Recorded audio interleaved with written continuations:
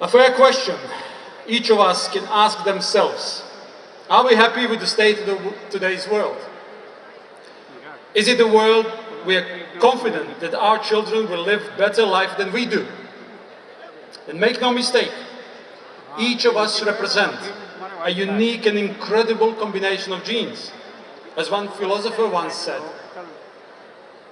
as much as we judge about the world today, it is formless unless we keep in mind that it is the world of the human beings who every day make many decisions about what they do while interacting with other people.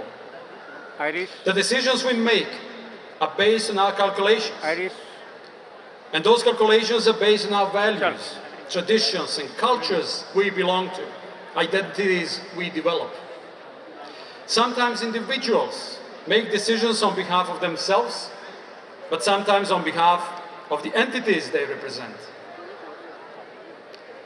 Thanks to the exchange of various types of dispersed and diversified knowledge, a social structure emerges, which motivates people to adjust and readjust their view, which in turn leads to new decisions and an adjusted social structure. Homo sapiens overpowered other human species, as explained by anthropologists, because of the ability to develop complex structures and imagine realities. I firmly believe that when thinking about one world, we need to keep all this in mind, as it does not appear from nowhere, nor does it fall from the sky, nor is it delivered like a room service. We all contribute. Look at the starry summer night sky. What do we see? We see the past. Our reality is the result of the past decisions. We are every day confronted with the consequences of the decisions we have made. What we do today forms the future, and this outcome may end up being as desired. Just as well, there may be unforeseen and unintended consequences. Many people can arguably claim, and many studies show, that this still is the best time for an individual to be born. Advances in medicine, scientific progress, multiple choices we have, it all makes human lives full of opportunities. At the same time, we see many challenges exist and many boring issues brew. The world is afloat in a way. Some would say in tumult. For those who are familiar with European history, some parallels can be drawn with mid-19th century social context, as brought closer by the recent book of a prominent historian. Back then, the issues like constitution, enfranchisement, slavery, position of women, position of minorities, labor rights were among the ones people wanted solutions to.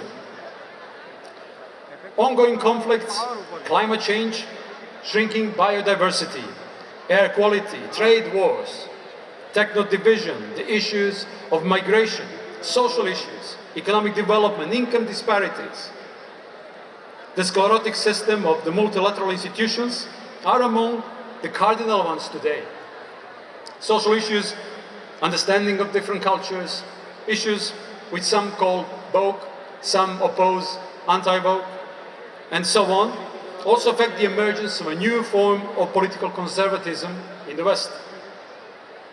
The European revolutions, social revolutions of 1848, regardless of the reactionary move later, irreversibly shook the foundations of the system established by the Congress in Vienna, the beginning of the 19th century.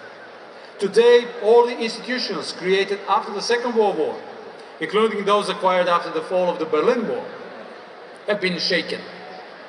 However, the real question is, as far as I'm concerned, did they really ever work? There are various conflicts today, such as the one in Ukraine or in Gaza or in Sudan, and so on, which multilateral system is unable to solve. Some new ones are brewing, potentially. For the peace and stability to work, models suggest usually two raw options. One is that there is a dominant player and everybody else adjusts. But the other is that all the stakeholders need to figure out the arrangement that makes everybody convenient with. In our world, yes, it means that geopolitics is quite important. For those who like to theorize, the game theory offers a lot of potential. But it is not just out of the blue that different countries take different positions. It is, let me remind, a process of defining and redefining social structures. That is why it is complicated. And that is why not understanding other cultures can lead to bad conclusions.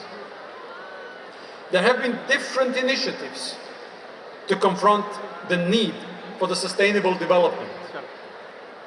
The internationally most known is SDGs, or UN Agenda 2030. However, the progress is quite disputable, and it is maybe because of the agenda's complexity. It followed up on the MDGs, Millennium Development Goals, that lasted between 2000 and 2015, which in fact were quite successful and focused on the key areas in the least developed and the developing world. The recent COP29 is another telling example of the overall inability to understand that our planet is shared by everyone. Yes, certain compromise was reached about the yearly amounts the developed countries will use to support the developing ones. And for example, the Indian delegation was clearly unhappy with the outcome of COP29. Still, as things stand currently, given various policies, the global temperature is still poised to go way over 2 degrees Celsius by the end of the century compared to the pre-industrial period, which can make it very hard to live in some areas. At the same time, there is a discussion ongoing that the developed world should pay for the historical emissions, helping the developing ones to progress. However, it is not the whole picture. Even if the developed world has reduced its part in the global emissions quantity, a view that takes per capita emissions into the account changes the conclusion. Carbon footprint discrepancies are formidable. 1% of the richest emit 13%, like the bottom 50%. 10% of the richest of which 85% live in the advanced countries, emit 50%, while the percentage of the poorest 10% is negligible. What is the solution? Shouldn't the polluters then pay? In parallel to all that, one must also point out all the innovation and the energy transition that is ongoing as part of the global market process. But there are other issues that require adequate attention as well. Today, 10% of the world population is suffering from the hunger or stands on the brink of it, while in the developed world, people take medicines to control and lose their weight. Now, almost all the kids go to school, and evidently that is progress compared to 100 years ago when the figure was in single digits. But what matters today is what and how the kids are taught. Another growing concern is the growing use of the synthetic drugs, and the young people are target. These are just examples of the questions that lie ahead for the young people of today to deal with tomorrow. But that tomorrow is not too far away. In today's interconnected world, many people talk about globalization. But is it about global trade, migration, capital flows, technology transfer?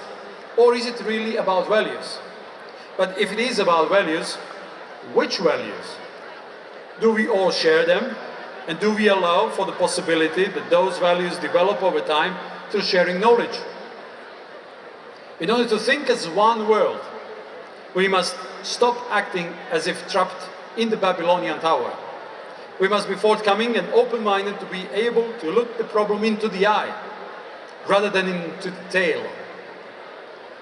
In the context of the slowing growth of the world's population and the growing urbanization, the technological change opens new dilemmas. Before, these were the ones the philosophers or sci-fi writers would brood about.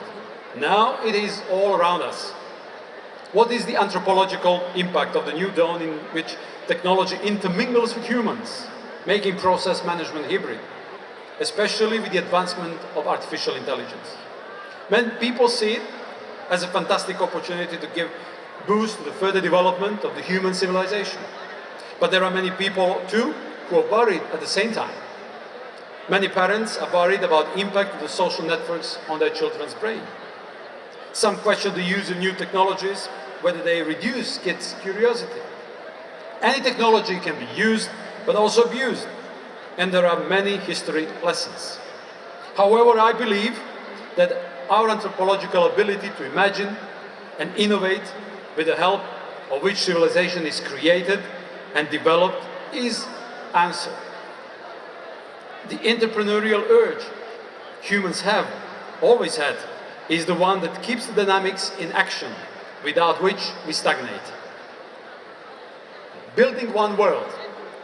Well, this morning I had the opportunity to visit Royal Palace in Vadodara, and I was really amazed because of the eclectic architectural style. There you have variety of Indian architecture, Arabic architecture, some European architecture. So it actually shows building one world as something very tangible is possible.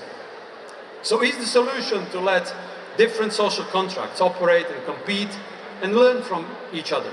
Maybe, but we need to make sure that they can operate and coexist peacefully. For that to be possible, many more people need to feel that there's an opportunity ahead. I believe that the way forward is to understand that we all share this planet. Second is to understand that any international arrangement should be based on principles we are all comfortable with, and that the solution is in sharing the knowledge that will help cultivate our values. We should not get carried away that human beings are there to master the earth. It is an idea from the 18th century European thinkers had about enlightenment. We need to figure out, actually, how to achieve the harmony between the humans and Earth's other inhabitants. When decisions are taken, we need to try to think how it affects those who come after us, not the ones who follow us on social networks.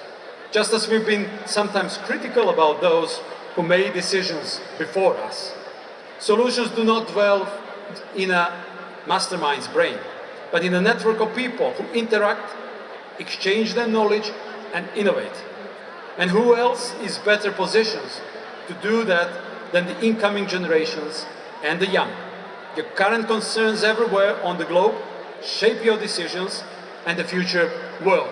So it is not impossible, it is impossible until it's done, as once Nelson Mandela said.